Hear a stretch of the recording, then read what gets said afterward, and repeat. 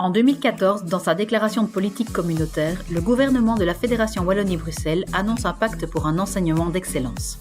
Le pacte se veut une réponse aux critiques graves, fréquemment formulées à l'encontre de notre système scolaire, régulièrement présenté comme inefficace et inéquitable. De 2015 à 2017, le groupe central du pacte réunit des acteurs de l'école, les représentants de fédérations PO, les syndicats, les associations de parents, pour un processus collaboratif. Ils élaborent ainsi les bases d'une réforme systémique et de grande ampleur. Le pacte, c'est donc un ensemble de mesures cohérentes déclinées en 5 axes stratégiques interdépendants. Afin de permettre à chaque élève de disposer des clés de son avenir, le pacte veut assurer pour tous une plus grande maîtrise des savoirs et des compétences de base, offrant ainsi un bagage commun, pluriel, solide et ambitieux à l'ensemble des élèves.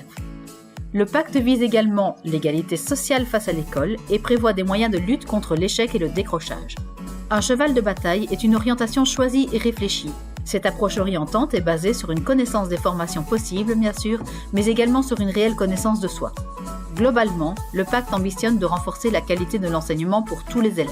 Pour atteindre cet objectif, le pacte repense les conditions d'enseignement-apprentissage ainsi que les relations au sein des équipes. Il en va de même pour les relations entre les équipes et la direction, les conseillers pédagogiques, l'administration, bref, le système éducatif dans son ensemble.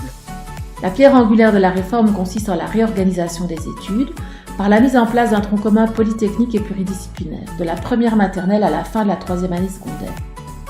L'enseignement maternel bénéficie de moyens renforcés et dispose d'outils pour le diagnostic précoce des difficultés, notamment concernant le français langue de scolarisation. Les transitions entre le maternel, le primaire et le secondaire devraient être facilitées.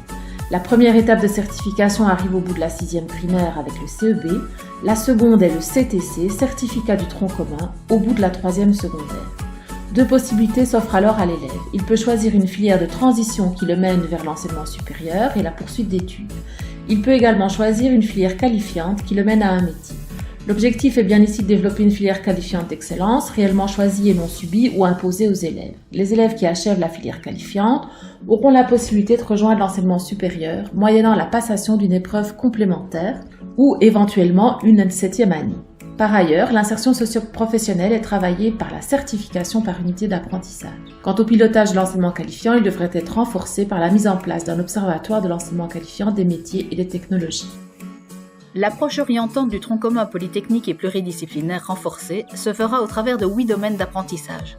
Le premier domaine regroupe le français, les arts et la culture. Le deuxième domaine, les langues anciennes ou modernes. Viennent ensuite les mathématiques, les sciences et la technique. Puis les sciences humaines, l'éducation à la philosophie et à la citoyenneté, la religion ou la morale. Également, l'éducation physique, le bien-être et la santé. Il y a des domaines transversaux. D'abord, la créativité, l'engagement et l'esprit d'entreprendre. Ensuite, apprendre à apprendre et à poser des choix.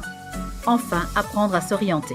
Chacun de ces domaines fait l'objet d'un référentiel qui définit de manière très précise les attendus par année. Il s'agit donc de formaliser et délimiter précisément le curriculum visé et d'éviter ainsi les disparités d'exigences implicites entre écoles. Ce sont des outils pour la mise en place d'actions pédagogiques adéquates. La maîtrise par les élèves des attendus fixés dans les référentiels repose tout d'abord sur une conception renouvelée de l'hétérogénéité et de sa gestion, vue comme une alternative au redoublement.